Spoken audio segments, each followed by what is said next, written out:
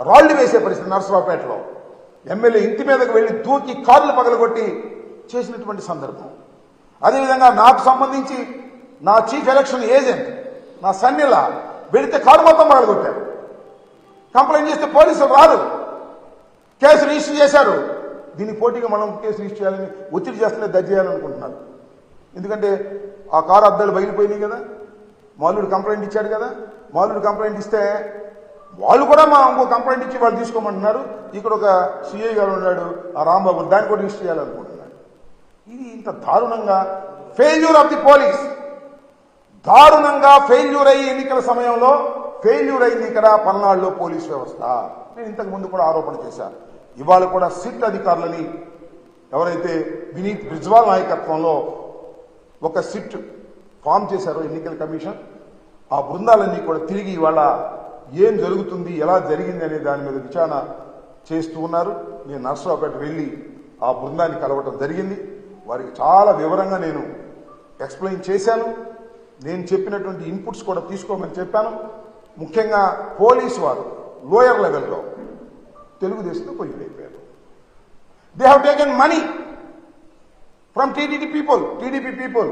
కన్నా లక్ష్మణ్ దగ్గర, వాళ్ళ అబ్బాయి దగ్గర డబ్బులు తీసేసుకున్నారు. సిఐలు, ఎస్ఐలు, ఐ నో ఎవ్రీబడి.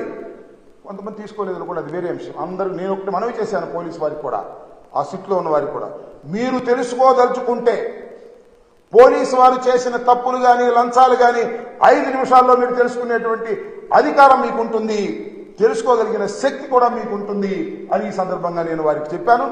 వారు తెలుసుకునేటువంటి ప్రయత్నం కూడా చేస్తారని నేను భావిస్తూ ఉన్నాను. వాస్తవానికి ఇంత దారుణంగా పల్నాడు ప్రాంతంలో ఇంత దారుణంగా ఫెయిల్ కావడానికి దీని మీద అధ్యయనం చేయవలసినటువంటి అవసరం ఉంది. ఎన్నికల సమయంలో ఫెయిల్ అయ్యారు. ఫెయిల్ అయితే గందరగోళం అయింది. ఈ మూల్యాన్ని ఎలా చెల్లించని చెప్పండి, నాకు అర్థం కాదు. కొన్ని బూతులు అయితే ఆక్యుపై చేసుకున్నారు, వాళ్ళు ఇష్టం వచ్చినట్టుగా దొంగోట్లు వేసుకున్నారు. రీపోలింగ్ అడిగితే నేను ఇవ్వడానికి సిద్ధంగా లేరు.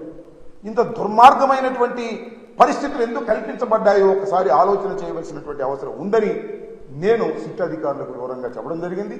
సిట్ అధికారులు కూడా ఆ పద్ధతుల్లో విచారణ జరుపుతారనేటువంటి భావనతో నేను ఉన్నానని కూడా మనవి చేస్తాను. ఏసీ లేదా, నేను ఆ విధంగా భావిస్తున్నాను. ఇంత దుర్మార్గమైనటువంటి ఆలోచన మరి ఎక్కడి నుంచి వచ్చింది, ఎలా వచ్చింది ఆలోచన చేయాలి. ఇప్పటికీ పోలీసుల్ని, ఐపీఎస్ ఆఫీసర్ని సస్పెండ్ చేశారు. సస్పెండ్ చేస్తే ఏమైంది చెప్పండి? పోయిన కాలం తిరిగి వస్తుందా? తలలు పగిలిన తలలు అతుక్కుంటాయా? చాలా దారుణమైనటువంటి పరిస్థితి ఏర్పడింది. దీన్ని గమనించాలని కూడా నేను మనవి చేస్తున్నాను. అంతేకాదు, నా నియోజకవర్గంలో ఇవాళ కూడా తొండపి అనే గ్రామం అనాథగా అల్లాడుతూ ఉందని మనవి చేస్తున్నాను. టోటల్ ముస్లిం మైనారిటీస్ అందరూ కూడా ఊరు వదిలి వెళ్ళిపోయి అక్కడో ఇక్కడో తలదాచుకునేటటువంటి పరిస్థితి ఏర్పడింది. ఇంత దారుణం అండి. ఒక కల్చరల్ సొసైటీలో, ఒక రక్షణ కలిగినటువంటి సొసైటీలో, ఒక ప్రజాస్వామ్యంలో ఊర్లో ఉన్న ముస్లిం మైనారిటీస్ అందరూ కూడా ఎక్కడెక్కడికో పిడుగురాళ్ళ దూర ప్రాంతాలకు వెళ్ళి తలదాచుకోవాల్సినటువంటి పరిస్థితి ఏర్పడిందంటే ఏమిటి ఇంకా మానవ సమాజం ఉందా లేదా ఆలోచన చేయమని మనం చేస్తున్నాం. నిన్నక ఆ సిట్ అధికారిని కలిసినప్పుడు కూడా చెప్పారు, తొండపిలో శాంతి భద్రతలు లేవు, ఎక్కడెక్కడో తలదాచుకున్నారు, వాళ్ళందరినీ తీసుకురండి, వాళ్ళందరినీ తీసుకొచ్చి ఆ ఇళ్లలో ఉండే విధంగా చేయాలని. ఏం చేశారండి తొండపిలో? ఇళ్ళు తగలేశారు, ముస్లింస్ ఇళ్ళు తగలేశారు. అంతేకాదు ముస్లింలు బైకులు, బళ్ళు మొత్తం తగలేశారు. దారుణంగా ప్లాన్గా చేసి పోలింగ్ అయిపోయిన రోజు సాయంత్రం చాలా దారుణంగా వ్యవహరించారు. అలాగే మాదల్లో కూడా జరిగింది. మాదల్లో తట్టుకోగలిగారు, కానీ తొండపిలో మాత్రం తట్టుకోలేక గ్రామాలు వదిలి పారిపోయినటువంటి పరిస్థితి. చాలా చోట్ల నుంచి నాకు ముస్లిమ్స్ ఫోన్ చేస్తున్నారు, ఏమండి తొండపి వాళ్ళు మా దగ్గరికి వచ్చారు, వాళ్ళు రక్షణ కల్పిస్తున్నాం, ఏంటంటే తొండపి ఎప్పుడు వెళ్తారు ఏంటని నేను మనవి చేస్తున్నాను. మీ ద్వారా సిట్కి మనవి చేస్తున్నా, మీ ద్వారా పోలీస్ అధికారులకు మనవి చేస్తున్నా. కొత్త ఎస్పీ గారు ఇంకా జాయిన్ అయినట్టుగా లేరు, వాళ్ళందరికీ మనవి చేస్తున్నా. తొండపిలో శాంతి భద్రతలు నెలకొల్పే విధంగా చూడండి. ఎవరైతే ఇళ్లు వదిలి పారిపోయి ఎక్కడో తలదాచుకుంటున్నారో వాళ్ళందరినీ తీసుకొచ్చేటటువంటి ప్రయత్నం చేయండి. ఇలాంటి పరిస్థితి నేను ఈ మధ్యకాలంలో ఎప్పుడు చూడలేదు. ఊళ్ళు వదిలిపెట్టి వెళ్ళిపోయినటువంటి పరిస్థితి, లా అండ్ ఆర్డర్ ఏమైపోయింది ఈ సమాజంలో అనేటువంటి బాధ కలుగుతూ ఉంది. తొండపి మీద దృష్టి పెట్టి అక్కడ ఉన్నటువంటి ఇళ్లను సరిచేసి ఎవరైతే పారిపోయి బతుకుతున్నారో వాళ్ళందరినీ తీసుకొచ్చే కార్యక్రమం చేయవలసినటువంటి బాధ్యత మానవతా దృక్పథంతో కూడా ఉంది, చట్ట ప్రకారం కూడా ఉంది. ఆలోచన చేయమని మనవి చేస్తున్నా. నేను భావిస్తున్నాను ఈ సిట్ వచ్చిన తర్వాత అనంతపూర్లో కానీ లేదు పల్నాడులో కానీ విచారణ జరిగిన తర్వాత చాలామంది నేరస్తులు, ముఖ్యంగా దీనిలో నేరస్తులు పోలీసు వారే, బయట వారు ఏం కాదు, డబ్బులు ఇస్తే తీసుకున్న వాళ్ళు, సమయానికి డ్యూటీ చేయని వారు, అలసత్వం వహించేవారు, నువ్వు చేసుకోరా బాబు అనేవాడు, వాళ్ళందరి మీద యాక్షన్ తీసుకోవాల్సిన అవసరం ఉంది. నేను సిట్ వారికి కూడా చెప్పాను, ఎవరైతే క్యాండిడేట్స్ దగ్గర డబ్బులు తీసుకున్నారో, మెతగ్గా ఉండాలని ప్రవర్తించారో వారందరి మీద యాక్షన్ తీసుకోవాల్సినటువంటి అవసరం ఉన్నది. అదేవిధంగా సత్తెనపల్లిలో ఉన్నటువంటి రాంబాబు అనే సిఐ మీద కూడా నేను ఎన్నికల కమిషనర్కి రిటర్న్గా ఇచ్చాను, ఎస్పీకి రిటర్న్గా ఇచ్చాను, ఐజీకి రిటర్న్గా ఇచ్చాను, సిట్ వారికి కూడా రిటర్న్గా ఇచ్చాను. దాని మీద కూడా విచారణ జరిపి యాక్షన్ తీసుకోవాలి. కొంతమంది పోలీస్ అధికారుల మీద నేను మనవి చేస్తున్నాను. ఇంత అరాచకం జరిగిన తర్వాత, ఇంత law and order problem create అయిన తర్వాత, ఇంత దౌర్జన్యాలు జరిగిన తర్వాత, ఇంత వైఫల్యం జరిగిన తర్వాత పోలీసు వారి మీద యాక్షన్ తీసుకోకపోతే ఖచ్చితంగా ఇంక సమాజం ఉండదని కూడా మనం చేస్తున్నాం. ఒక తప్పు చేసిన వారి మీద శిక్ష జరగాలి. జరిగినప్పుడు సమాజం బాగుపడుతుంది.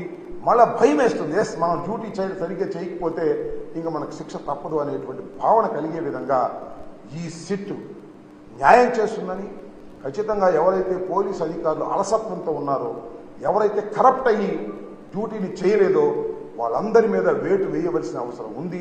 ఇప్పటికే కొంతమంది సస్పెండ్ చేశారు, అవసరమైతే రిమూవ్ చేయాల్సినటువంటి అవసరం కూడా ఉంటుంది. ఎన్నికల సమయంలో పోలీసు వ్యవస్థ ఫెయిల్యూర్ అయితే ఎంత దారుణాలు జరుగుతాయి, ఫలితాలు తారుమారవుతాయి, ప్రజల యొక్క అభిప్రాయాన్ని వ్యక్తం చేయలేని పరిస్థితి వస్తుంది. కాబట్టి పోలీసు అధికారులు దీని మీద యాక్షన్ తీసుకుంటారని, రాజ్యాంగం వారికి కల్పించినటువంటి హక్కును సద్వినియోగం చేసుకుంటారనేటువంటి విశ్వాసంతో నేను ఉన్నాను. అదే విషయాన్ని వారికి కూడా చెప్పడం జరిగిందని కూడా ఈ సందర్భంగానే మనం ఎవరైనా అటువారైనా ఇటువారైనా, మా వాళ్ళు కూడా కొన్ని చోట్ల అగ్రెసివ్గా ఉంటే ఉండవచ్చు, నేను కాదు నాను. That is also failure of the police. ఒక చోట బ్రేక్ చేసినట్టయితే ఆటోమేటిక్గా వాళ్ళు కూడా బ్రేక్ అయిపోతారు. అలసత్వంగా వ్యవహరించినటువంటి వారి మీద తప్పనిసరిగా యాక్షన్ తీసుకోవాలని మీ ద్వారా అధికారులను కోరుతున్నాను. చట్టం కూడా తన పని తాను చేసుకుంటుందని భావిస్తున్నాను.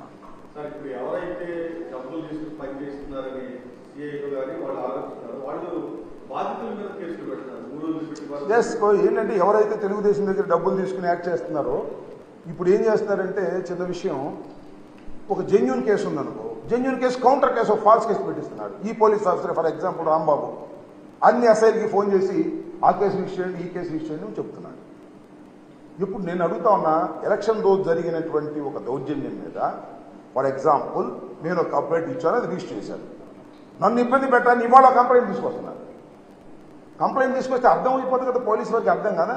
మొన్న ఇచ్చినటువంటి కంప్లైంట్ మీద ఇవాళ మళ్ళీ కంప్లైంట్ ఇస్తున్నారంటే ఫాల్సా, అది జెన్యూన్ అనడానికి ఏదైనా గాయమైనా ఉండాలి, ఏదైనా ప్రాపర్టీ నష్టపోయినా ఉండాలి. ఆ రెండు కనపడుకోకుండా కేసు రిజిస్టర్ చేస్తే కేసు అండ్ కౌంటర్ ఉంటే ఏదో చేయొచ్చు అనేటువంటి భావనతో ఉన్నారు. నాకు అదే విషయం నాకు నారాయణపాడు విషయంలో నారాయణపాడు నుంచి ఫోన్ చేశాడు. ఏమండి వాళ్ళు కేసు ఇస్తున్నారండి అంటే, వాళ్ళకి ఫోన్ చేశాడు, ఏమయ్యా మేము చేయింది కేసు ఎందుకు ఇస్తున్నారని అడిగారు లోకల్ వాళ్ళు. మీరు ఇచ్చారుగా, అందుకని మేము కూడా ఒకటి ఇస్తున్నాం కేసు, సిఐ రాంబాబుతో చెప్పి రాంబాబు రిజిస్టర్ చేస్తా అన్నాడు లోకల్గా. ఇలా ఫాల్స్ కేసెస్ రిజిస్టర్ చేసి, ఒక జెన్యూన్ కేసు మీద ఫాల్స్ కేసు రిజిస్టర్ చేసి బెదిరించేటటువంటి కార్యక్రమం చేస్తున్నారు. ఇది చాలా అన్యాయం. అటు పెట్టామండి కేసు, మేము చాలా ధర్మంగా ఉన్నామని చెప్తున్నారు పోలీసులు. ధర్మం ఎటు ఉందో అటు ఉండాలి తప్ప అటు ఇటు కేసులు పెట్టి మేము రెండు వైపులా సమానంగా ఉన్నామనుకోవడం కరెక్ట్ కాదు. బాధితుడు ఇచ్చినటువంటి రిపోర్టుని మీరు రిజిస్టర్ చేయండి. బాధితుడు కాకుండా ఫాల్స్గా ఇచ్చినటువంటి కేసుని రిజిస్టర్ చేస్తే అది ఫాల్స్ కేసు, అది కరెక్ట్ కేసు సుపీరియర్ ఆఫీసర్ చాలా ఈజీగా కనిపెట్టగలడు. వాళ్ళకి ఆ విచక్షణ జ్ఞానం ఉంటుంది పోలీసు వారికి. ఎస్పీ న్యూగా వచ్చేటువంటి ఎస్పీ గారు వాటిని పరిశీలించాలని, వాటిని రివ్యూ చేయాలని, సిట్టును కూడా వాటిని రివ్యూ చేయాలని, which is the false case, which is the correct case తెలుసుకోవాలని, ఫాల్స్ కేసు రిజిస్టర్ చేసినటువంటి స్టేషన్ హౌస్ ఆఫీసర్ మీద యాక్షన్ కూడా తీసుకోవాలని నేను ఈ సందర్భంగా కోరుతున్నాను.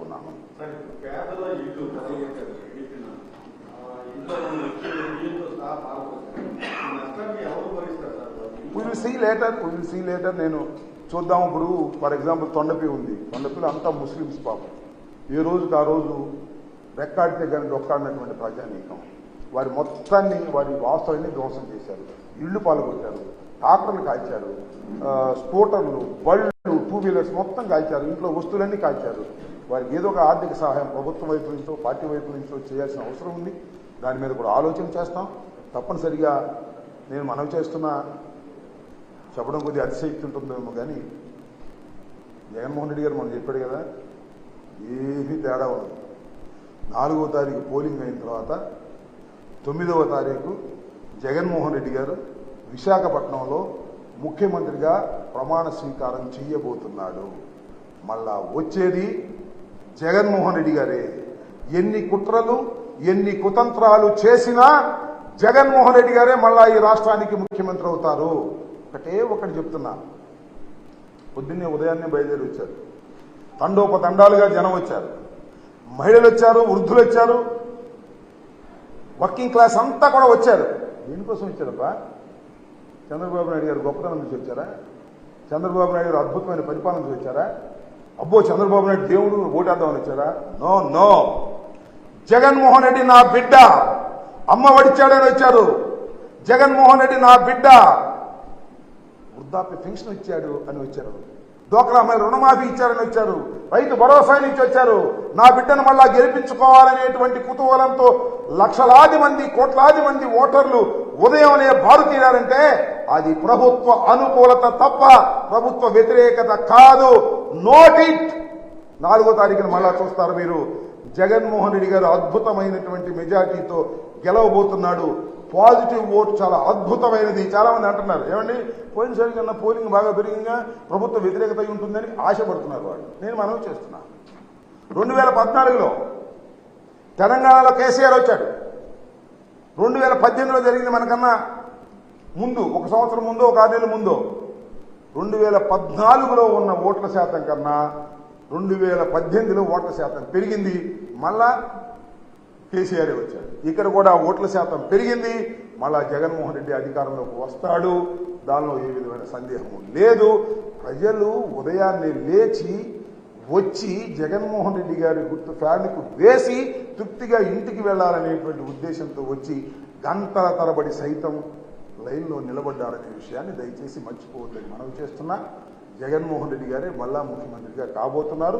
9వ తారీఖున ఇంతకుముందు బొత్స సత్యనారాయణ గారు ప్రకటించినట్టుగానే విశాఖపట్నంలో ప్రమాణ స్వీకారం చేయబోతున్నారు. సరే, ఇక్కడ జరిగిన గొడవల వల్ల కానీ పోలీసులు వైఫల్యం చెందని ఆరోపిస్తున్నారు కాబట్టి మీ విద్యావకాశాల మీద ఉన్న ప్రభావం ఏ విధమైన ప్రభావం ఉండదు.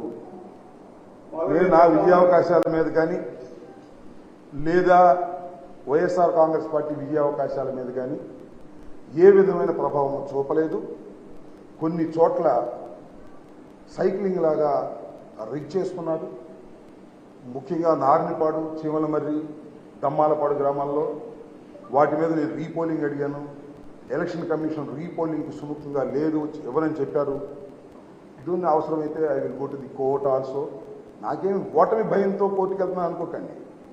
అసలు ఇలా రిగ్గింగ్ జరిగినప్పుడు ఇంత అడ్వాన్స్డ్ సొసైటీలో 2-3 కూర్చుని వారి గుర్తు మీద నొక్కునే పరిస్థితి వచ్చినప్పుడు why you are not open the camps ఏదైతే ఉన్నాయో, మన దాన్ని ఏమంటారు, ఎఫ్ క్యాంప్స్, అవి ఓపెన్ చేస్తే కదా అర్థమయ్యేది. ఎందుకు ఓపెన్ చేయరు అనేది నా పాయింట్. ఒకసారి ఓపెన్ చేసి ఎవరైతే దొంగ ఓట్లు వేసుకున్నారో వాళ్ళని రీపోల్ చేసి మనం శిక్షించామనుకోండి, ఇలాంటి వాటికి పరిసమాప్తం అవుతుంది. దానికోసం నేను I'm try to approach the court. వస్తున్నారా that is a different matter. చాలా మంది అనుకోవచ్చు అవన్నీ రీపోల్ జరగకపోతే అమరరావు ఓడిపోతాడే భయంతో అని. No, never.